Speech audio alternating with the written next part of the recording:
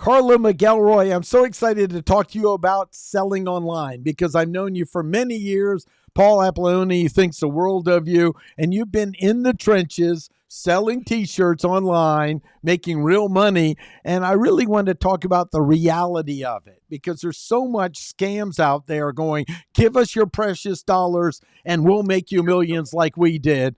And I just want to say I've never met a human being that did anything but lose money on those, not make money. Exactly. So talk a little bit about how you got into this and how you make a living now doing just selling T-shirts. Okay. Well, I started on eBay actually, just selling stuff out of the house. That was in 1999. I had my first sale. I eventually moved into Amazon. And after I got on Amazon, I think that was 2012. And I think 2014, I actually got into the merch program on Amazon. Now, the way I understand it, now in order to get into any of Amazon's side programs, like KDP, the Handmade, that kind of thing, you still need to create an Amazon seller account. I actually have two accounts, one that I sell on, one that I buy on. I keep them separate. I think I got into merch in 2014, and I think Amazon now is doing, when you sign up for a seller account, they make you do a live interview. They didn't have that back when I signed up for it. Yes, and so let's explain what merch is because it's in the domain of print on demand. Right. Merch is one of the print on demand things you can do. You have to be very, very careful with the merch account just because it's part of Amazon, and Amazon, has a tendency to watch accounts very closely. When you first start with merch, they have tiers in merch depending on how much you sell. Okay. Your first tier is tier 10, which means you can have 10 designs up. Now, of those 10 designs, they have 13 different products. So you upload a design and you can put it on T-shirts, hoodies, pop sockets, tote bags, pillows. They've got a bunch of different things. Okay. You could also sell in different countries. Okay. Right now, it's US, England, Germany, France, Italy, Spain, and Japan. And yes, I did sell a T-shirt to Japan. How fun. Yeah. So merch means you don't hold any inventory. You upload the graphics and make sure you have control over it. You're not stepping on a copyright or, big brand. And then once it's approved, then when they order the item on print on demand, it's produced. Like even, like one of my latest books here is print on demand on Amazon. Right. And it's the same thing. They might buffer a few if there's a high volume, but they're really printing them at the time someone orders it. And there are a number of these that are available. And I actually started on Cafe Press. That's still out there, but not one of the leading ones. And right. That's where I have my little coffee mug. Take my advice. I'm not using it. That's cute. I like that. So for some fun. You do have to be very, very conscious of trademarks. Okay. There is it's called the USTPO database. The program itself is called TESS, and you can Google that. Mm-hmm. That's where you can check to see, like, say you come up with a phrase you want to put on a T-shirt. You can check that phrase to see if somebody's already trademarked it or not. Excellent. And the other thing that's important is if you're mentioning it on social media, you need to let them know this is promotional, like a hashtag ad or something. And you and I know lots of people don't do this, but the sites have regulations and then the feds have regulations. And that's one of the things I see all over the place where they're not even a affiliate link on Amazon. I end with hashtag AD, so at least has that. So could you talk a little bit about that? As far as, trademarks and stuff, you have to be very, very careful. Sometimes when you run a search on tests, part of it will come up, but the other part won't. I look at it more, if it doesn't feel right, then you shouldn't do it. Mm-hmm. Definitely don't go copying images off of Pinterest. Come up with your own stuff. And what I meant was, if you're on social media and you're posting it, and you mainly just sell right off the platforms, but if you're on social Yes. media, make sure that you let them know that's either affiliate link or a link to something where you're monetarily getting Right. benefit by indicating it clearly. And one example that's popular is hashtag AD, but there are a number of them. I won't Mhm. go into that. So that's another aspect that's so important. But yours mainly, you're just putting it up on Amazon, seeing what Right. works, and if they aren't selling, I you bring it down. Exactly. Exactly. And it all depends on what level you're at. When you start out at merch, you're at level 10, so that's only 10 designs. Okay. As you make sales, you move up in tiers, so you get to add more designs. One thing I do have a kind of side Facebook account Mhm. that's a business page that I do post some of my work on there. hmm I see. And that would be important to indicate that it is an affiliate, that you're getting benefit Yes, from it. Was yes, like that's what I exactly. meant by the kind of the hashtag Mhm. ad. And there What? are some groups on Facebook. Depends on what niche you're in.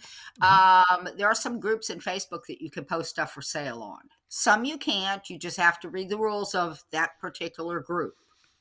Yeah, and that's so important because Yeah, most are pretty tough on promoting without permission. So you want to make sure exactly.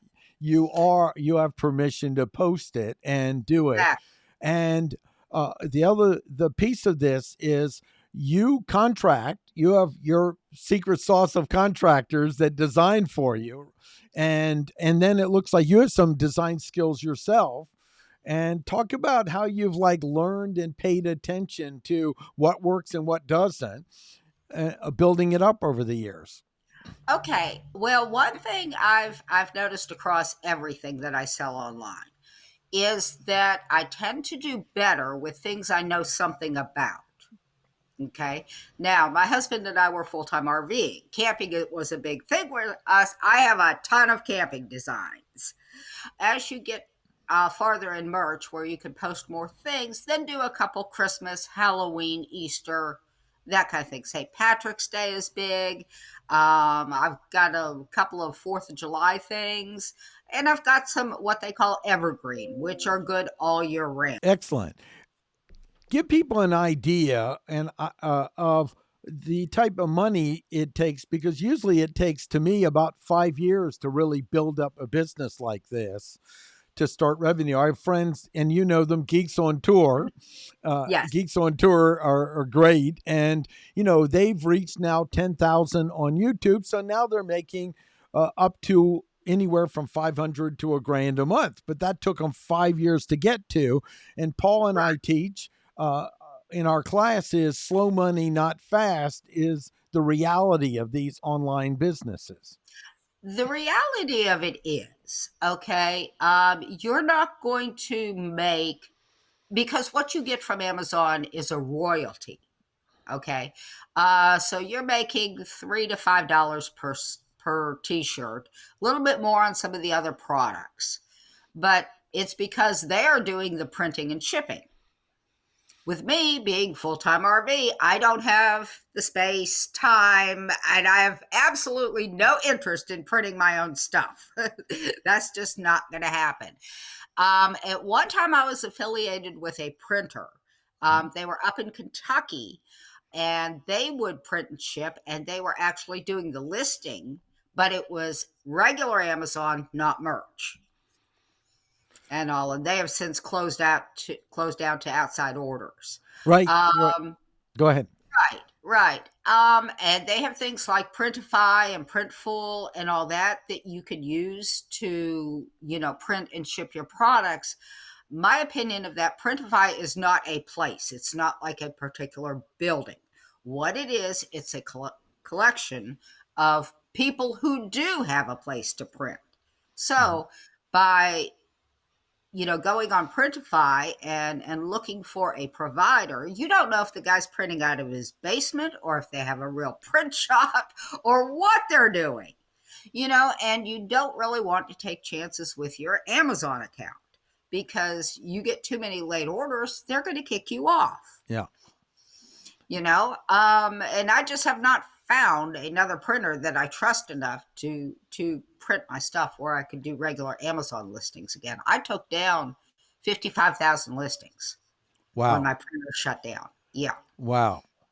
Yeah, Hmm. because you don't the biggest thing about Amazon is how unforgiving it is, Oh, it and how is. now they have more automatic bots that are going through and dinging you for things, and then you have to contest Mhm. it. And I there's a gentleman I that's a former small business center director, and we taught the Amazon course. He really was lead on it, and just they have nitpicked so Yes. much that Hmm. it's he's now moving more to selling a he has a product, he has a website, he has a distributor he knows and trusts that drop ships, and he's just off of Amazon. He has his own, product that he's selling Yes. directly, where he has control, he manages it, the profit margin's enough. The business doesn't want to be on the web but will do drop shipping with him, and he's Hmm. found that. And that's I've heard of that, of some people printing books now, the print on demand community. Some of them are even getting off of Amazon, who Hmm. are really making money with series and just building their own following, maybe on social media or something else, Hmm.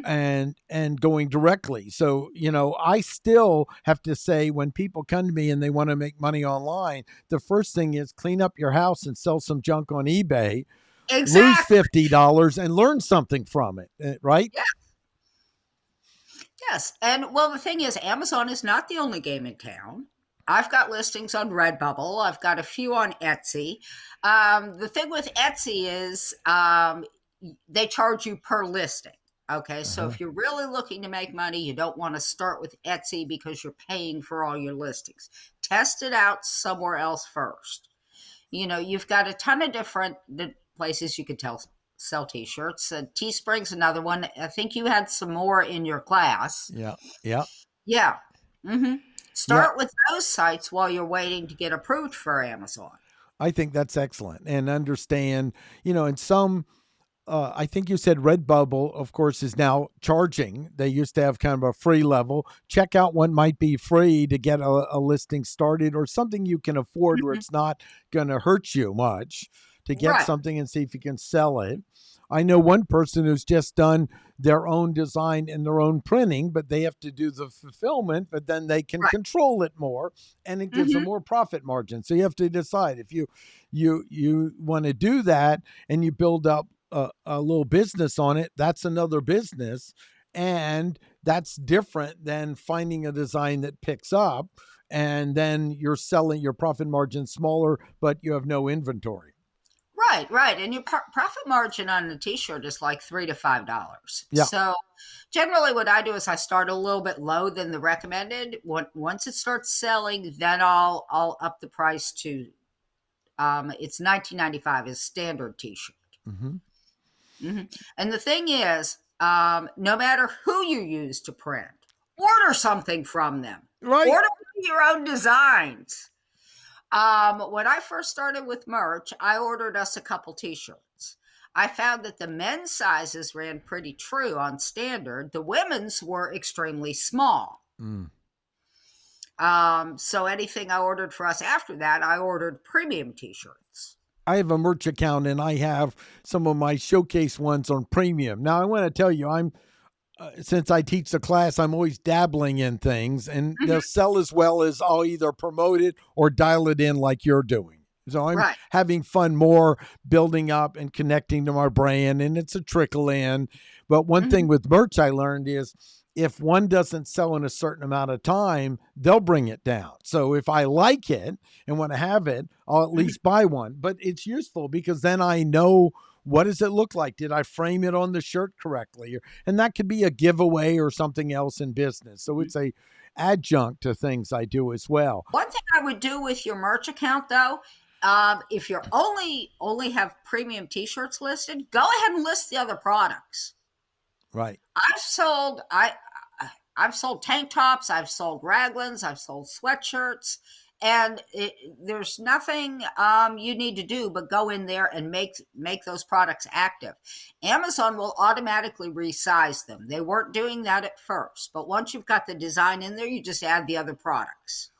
Excellent idea. And that's what I have. I might have a premium and then I might have a regular price. And the premium is over $20 and the regular is, like you said, $19.95. Right. And you can set the prices for each product. Mm-hmm. Talk a little bit about what people doing this generally make on average that have really built up over several years. What's approximate general income? I don't want you to reveal any trade secrets here, Right, but right. what's the reality of, usually within 3 to 5 years of doing this, you'll start bringing in approximately so much a month. Give people some ballpark idea because it really can pay if you're willing to put the work in. Right. If you're really active on it and you're watching, what your account is doing, you can track your views, you can track your sales, that kind of thing. If you're really active with it, you should start selling going from 1 to 2 a month to 10 to 15 a month to 100 a month. And then let's see, what would be if you're selling 100 a month? Let's see what And that is. you're making what? Let's say $4 on a t-shirt, that'd be $400. Right. Right. So then you can calculate what you need to sell Right. to start getting it. And most people, if they can get up to 500 or 1,000 a month, now one of their bills is paid. That's the beginning Right, piece. exactly. So they can keep their day job and do it. And Mr. Beast just did a big thing where he goes, please don't leave your day job to become an influencer. That's even harder. I mean, you're actually delivering a product, but the influencer area for income is much tougher. Yes. This is easy. Yeah. It's easy. What are some lessons learned along the way? Because I'm sure you made some mistakes. I mean, this is your primary income. Absolutely. What I do a lot of times, I have a couple listings that I actually paid somebody I found on Fiverr. The guy was I think he was in India. Mm-hmm. And he did a couple designs for me, did a really good job on them. I've sold some of those. I did some of my own, where what I was doing was I was going to Creative Fabrica and I was buying pieces, and then I would put the pieces together to make a design and all. And I've done some good ones, I've done some bad ones. It's, as I go on, when I come up with a new one, I'll add that, take off one of my old ones because I keep my account maxed out. I currently have 6,600 listings. 6,600 listings. Yes, because I have all of the products. Yep. And I have all of the countries. Right. So it does add up. Excellent. And what I love is if it works, you leave it. If it doesn't, you take it off. Now, if something stops, becomes stagnant too long, do you then remove it too? Yes. Because I'm sure there'll be trends, of course, like the eclipse. That's going to have a trend for a while. The girl that did the eclipse t-shirt, she made tons of money off of that. And she was selling it 2 years ago. So, Well, the thing to note with that, she was in business for a long time and probably not making that type of peak money. Exactly. That's what you need to learn is this is something you build up over time and you need to take calculated risk and learn from it. And one of the toughest things, and I don't mean any offense to the person in Paul's thing, but there was one person who I think it was 2 years and hadn't listed on eBay yet. And I said, please, I wanted to give her money to take a risk and get it done. It was a very sweet person and hadn't listed yet. And goes, you got to break some eggs. There's only so much aiming you can do. You're going to learn more from doing something. Now, you want to read the requirements and not do something that's thrown off eBay. But the fact of it is you'll learn more from a mistake than anything else. Right now, I'm testing a few low-level ads on Amazon for some AI stuff targeted on that. And I'm going, wow, they're liking this shirt with the other. I think I need to come out with the black with white lettering. And I'm going to test that out because I'm noticing I'm getting more impressions. but not selling. Exactly. So I'll try another and variation and see if it works. So it's really, like you said, pick something, give it a few years to work on, watch Right. it, and then notice how things change. Because if you're dialed in, I guarantee you notice when trends are shifting.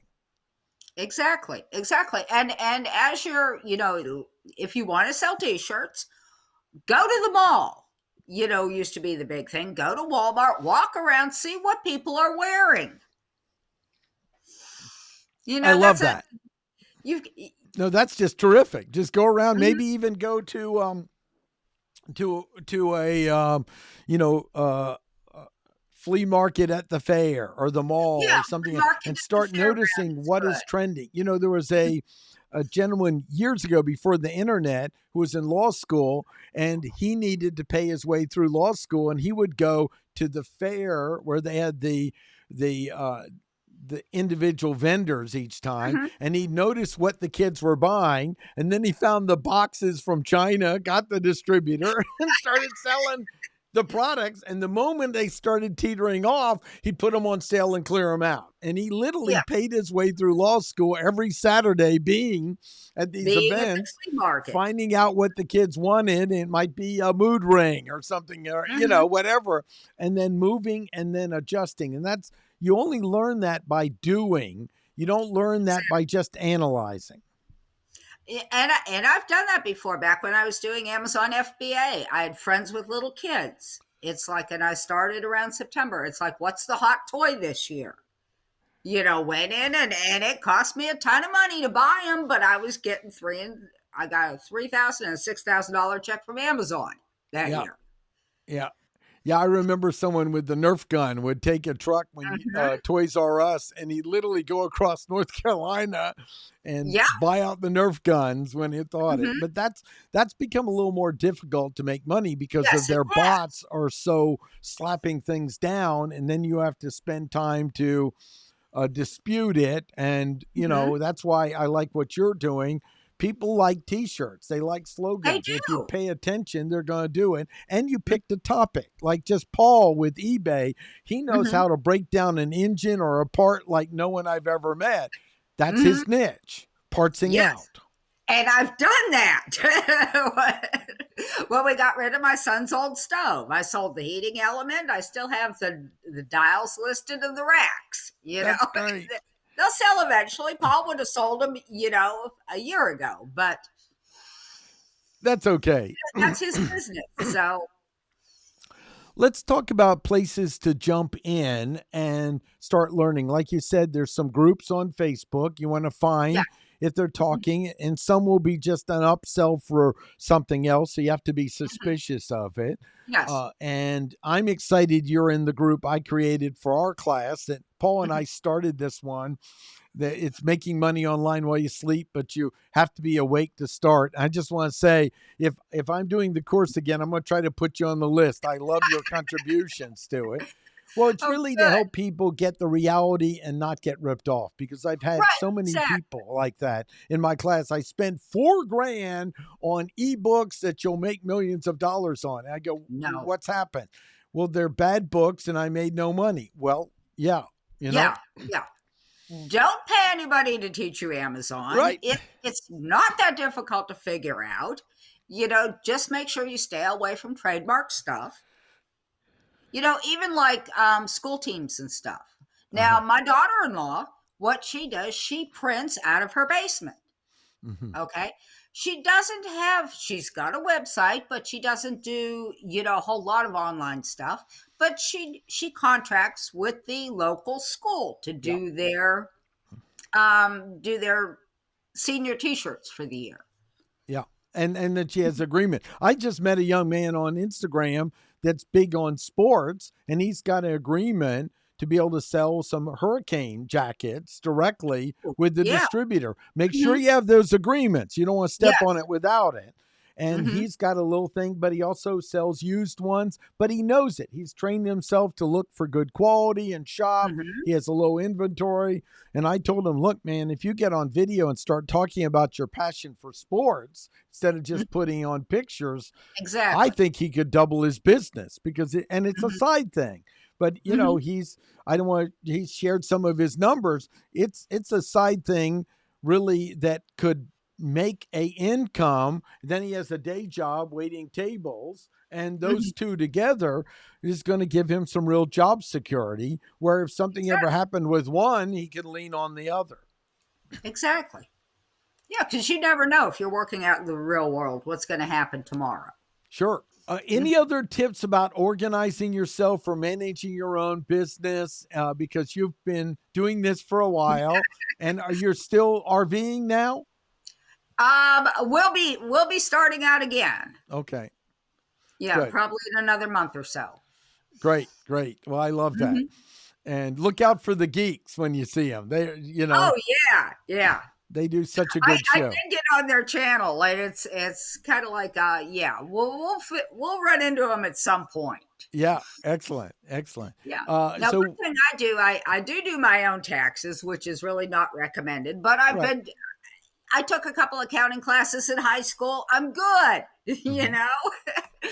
And what I do is I keep everything on spreadsheets. okay.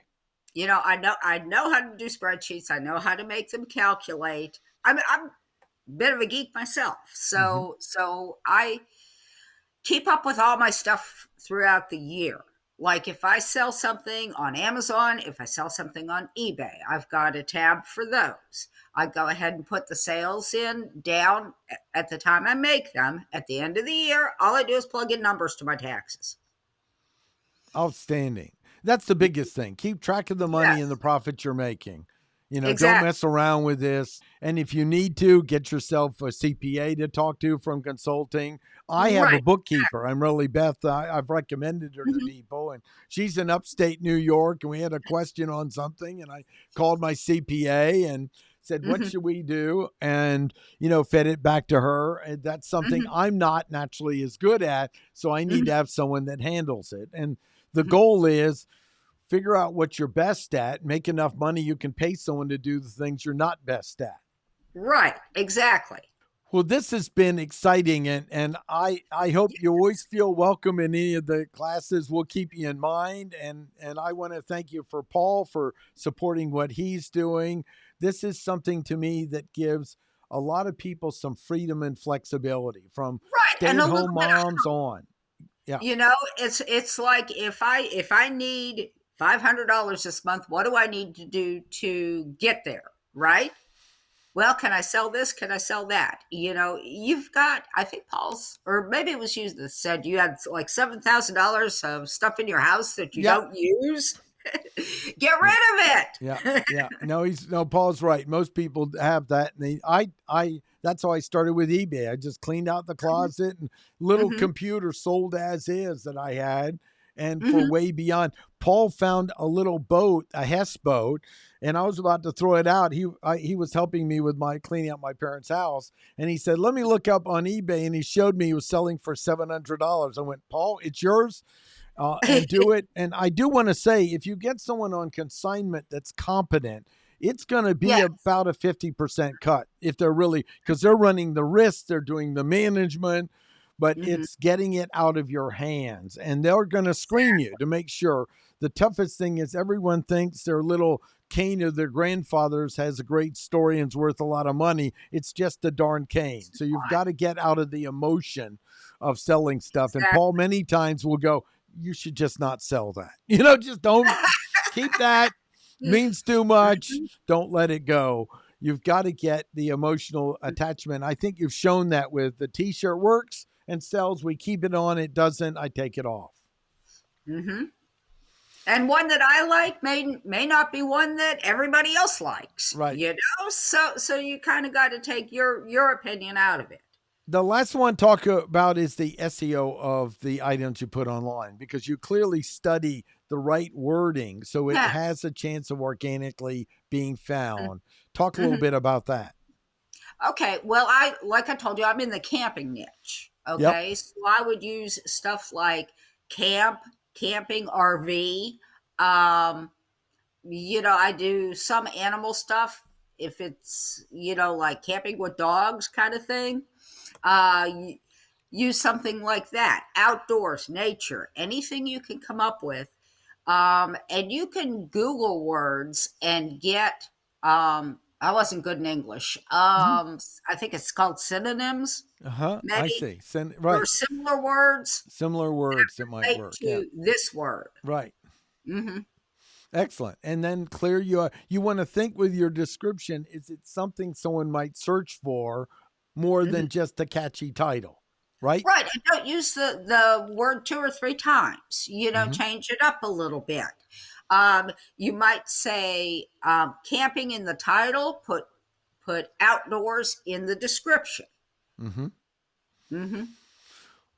Well, thank you so much for doing this. And I hope this inspires people to take an action, but don't just write a big check. Now, I do want to say, like Randy's helped some people, if you find someone who really is a mentor, like Paul, I'd rather someone hire someone like him to hold their Hmm. hand to get started than one of these big packages that flash on the screen where I'm Right. sorry, since 2006, I've never met anyone making money off of one of those things. And I met I have plenty who here. lost money off of it. So I want Hmm. people to hear. I'm not saying it's not possible. I've never seen it. I've traveled all over the state, met Hmm. hundreds of people who've gotten involved in it.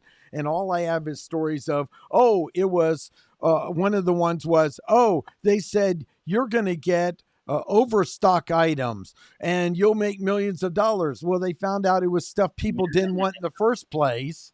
And Hmm. they spent all the money for the training and they didn't. The other thing I want to say is what happens is people might make real money on it, seeing it trail off, and then they build a training class to milk it afterwards, but the Yes, curve is already gone. So that's what else I exactly. want to warn people about. Yeah, I used to do really well. I'd go to thrift stores and I'd pick up unused blank VHS tapes. Right. They normally come in a package. I did so well with those. Yeah. And then it trickled off. It's like now when I go to the thrift store, I don't even look. Right. Right. Because Watch people them. caught on and all of a sudden a bunch of people started selling them and yeah, that happens. Deal with it, move on and find something else. That's wonderful. Well, I'll put whatever links you want to share for people to know. And I Okay. just want to keep wishing you best, and you're always welcome. And thanks for supporting Paul as well. And it's great to have you in the community. You're taking care of yourself and you're very generous in your help with other people. So thank you. Well, thank you, Martin. I really, really enjoyed talking to you. And I'll send you some links. Okay, wonderful. Great. Have a Okay. terrific day. Good. Thank you. You too. Bye bye.